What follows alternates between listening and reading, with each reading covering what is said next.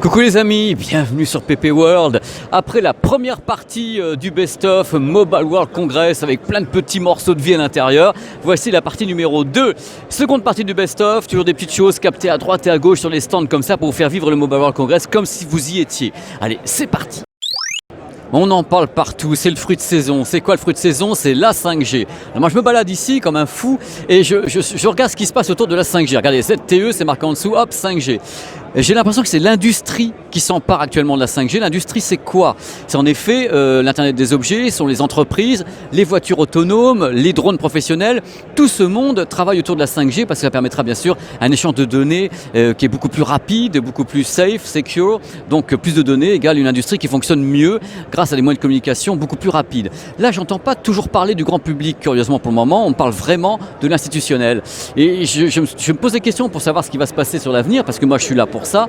Concernant cette 5G, il y a un truc qui est très marrant, il faut regarder tout de suite, cette chose-là. Regardez ça. Ça, c'était ce qu'aurait été un smartphone 5G. S'il n'avait pas été miniaturisé. Regardez un peu la taille qu'il fait, regardez ma main. Et voici ce qu'on arrive maintenant à faire chez Qualcomm avec Snapdragon. On arrive chez SK Telecom et regardez ce que je vous disais concernant la 5G. Voilà, les voitures autonomes 5G. Tout passe par là dans les pays où ça se développe. Là, c'est pour la Corée. On pense vraiment que la 5G est un des facteurs de développement des véhicules autonomes ainsi que des drones et autres qui pourront correspondre à une façon beaucoup plus précise et beaucoup plus rapide en 5G.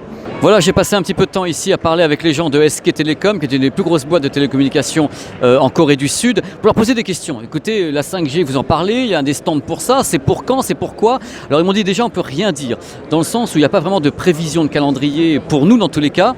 Par exemple, les voitures connectées qui est ici, donc la voiture 5G, quand elle sera mise sur une route, ce ne sera pas avant 2022-2023. On parle bien du marché de la Corée du Sud.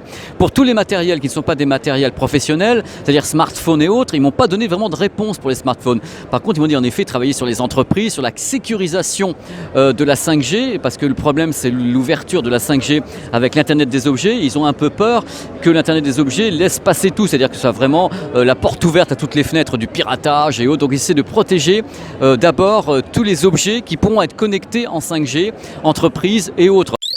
On est sur le stand Intel, voici une idée quand même. Un PC 2 en 1 qui est compatible 5G, donc pour aller très très vite directement. Donc ça fait partie des possibilités concernant notre futur, d'avoir comme ça la 5G directement au cœur des matériels informatiques.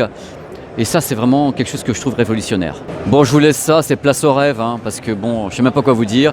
Les tests de 5G, regardez un petit peu, le débit download en giga, c'est giga, avec un pic à 3,1 gigas par seconde. Regardez la latence, regardez tout, ça peut vous faire plaisir. Moi, je suis au bord de l'évanouissement quand je vois ça, parce que bon, on a quand même des grosses différences par rapport à ce qui est actuel et ce qui peut arriver dans quelques temps, quelques années. Donc, je vous remets un peu pour se faire plaisir, voilà, average, et voilà, je me fais du mal. Bon, allez, on va passer à autre chose. L'idée de la 5G également, c'est de permettre d'avoir sur les smartphones et sur tous les matériels une meilleure définition d'image, donc sans bug lié justement à un débit vidéo, pour avoir de l'ultra HD avec du très haut débit. Tout est lié à ça en fin de compte, pour avoir une mobilité, un entertainment qui serait encore bien meilleur qu'auparavant grâce à la 5G. Tout ça, ce sont des projets, on n'est pas encore quelque chose qui est définitif. Moi, j'avais déjà entendu parler de la 5G quand j'étais en Chine, chez Huawei ou autres, ils étaient déjà à fond dessus. Donc, love is in the air, la 5G is in the air, mais j'attends vraiment des choses sur le terrain et pas uniquement des petits essais, comme tout le monde. Mais pour le moment, c'est l'industrie est à fond dessus. On en arrive à quelque chose auquel je crois énormément, il s'agit de la 5G appliquée directement au gaming, à la réalité virtuelle, parce que je pense que vraiment l'avenir passe par là, si on veut un minimum de latence et un côté très sûr, très secure, au niveau de la 5G en wireless ici, avec le HTC Vive. C'est absolument étonnant, moi je crois vraiment à l'avenir de ça. Thank you sir, thank you for your help, merci à vous. Autre application autour de la 5G, le paiement. Vous savez, quand on introduit la carte dans un lecteur, le paiement prend un petit peu de temps. Là, avec la 5G, le transfert de données sécurisées devrait être plus rapide. Donc le paiement devrait être presque immédiat, d'une façon très sécurisée. Enfin, c'est les idées développées ici par Intel et ses partenaires. Donc ça, c'est pour vous donner un ordre d'idée de tout ce qui pourrait être fait avec la 5G quand ça sera introduite d'une façon massive. Bien sûr, les voitures reviennent toujours, les voitures autonomes et la 5G, vraiment le mariage semble évident.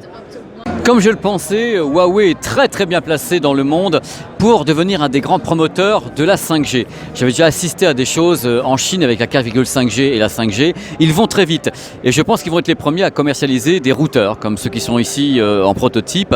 Ils ont des idées mondiales, hein. Ils sont très très puissants et ils vont promotionner bien sûr le download en 2 gigabits, ce qui fait carrément rêver. Et donc le lancement commercial, parce qu'il va y avoir un lancement institutionnel, professionnel et commercial. Pour le grand public, ça fait deux choses différentes parce que les entreprises vont être les premières à se servir. Et après, on verra ce qui va se passer. Bon, je ne pouvais quand même pas faire cette vidéo sans parler de la banane de l'année, c'est-à-dire le retour du smartphone iconique, le Nokia 90, la version 4G. Donc c'est le smartphone qui avait été utilisé notamment par Neo dans Matrix. Et c'est intéressant parce qu'à chaque fois, tous les ans, Nokia fait son buzz. Ici, Yvan Franco, ce coup-ci, c'est l'opération Banana avec ce modèle qui est donc cette fois-ci 4G. L'année dernière, c'était pas de la 4G avec un petit écran sympa. On peut faire des downloads d'applications dessus. Hein, cette fois-ci, on m'a dit, on pouvait downloader des petites applications avec Facebook ou autre, donc travailler un peu avec. Le prix, à ma connaissance, cette petite chose, est de 79 €. Et tout à coup, Cat invente le smartphone de chantier. Alors sur le chantier, le problème, c'est qu'il y a de la poussière, il y a des produits qui sont chimiques et autres, et il faut un smartphone pour détecter ce qui se passe. Celui-ci est capable de le détecter. Regardez un petit peu, le jeune homme a une substance sur sa main, un liquide qui n'est pas franchement healthy. Voilà, ça y est, l'alarme tout de suite, il marque unhealthy. Voilà, il y a un problème sur le chantier, il y a quelque chose qui ne va pas dans l'air. C'est immédiat, c'est absolument génial quand même pour les gens qui bossent. Alors l'idée de ce smartphone, c'est d'arriver à faire un tracking de tout l'environnement qui est autour des ouvriers qui sont en train de bosser. Et sur la journée, on a carrément un tracking de toute l'activité. À quoi ils ont été exposés côté substances nocives ou pas nocives. Voilà, c'est une des idées. Et il y a également un laser là-dessus. Sur les chantiers, on est également censé mesurer des distances. Hop, un laser, un vrai laser qui est ici, qui pointe directement sur l'endroit mesuré et vous avez la mesure qui est faite ici. Voilà, on est à 1,50 m de la porte. C'est un outil comme un autre et comme je dis à chaque fois, le smartphone doit s'adapter à des cibles. Et là, on a un smartphone qui s'adapte à la cible des gens qui bossent sur les chantiers ou qui bossent un peu partout. C'est super cool. Et pour finir, la caméra thermique qui est passée en HD déjà sur le 4S61. Voilà, c'est que du bonheur. Sinon, si vous voulez pas du smartphone, vous partez avec ça, quoi. Mais c'est un peu plus gros que le smartphone, quoi. Mais l'idée est la même. Solide, quoi. Eh ouais, toutes les bonnes choses ont une fin, c'est terminé, c'est la fin, c'est la fin de ce best-of consacré au Mobile World Congress de Barcelone. Alors je sais, vous avez vu, c'est un puzzle en fin de compte, c'est des images que j'ai prises à droite et à gauche, des trucs que je voulais vous montrer, que j'ai assemblés comme ça. J'espère que ça a pu vous plaire, c'était mes idées, il y a plein de trucs à voir ici, il y a des centaines de stands, il fallait bien que je fasse une sélection, sinon la vidéo aurait duré comme ça 2-3 heures, j'aurais fini aveugle, c'est n'importe quoi. Donc n'hésitez pas à vous balader sur la chaîne, il y a de tout, sur la chaîne il y a du voyage, il y a du test, des billets d'humeur, même des visites d'usine maintenant avec Love. Donc voilà, amusez-vous sur PP World, je reviens très très vite avec d'autres vidéos. Il y a plein de trucs qui sont là-dedans, il faut que ça sorte. Allez, ciao, bisous.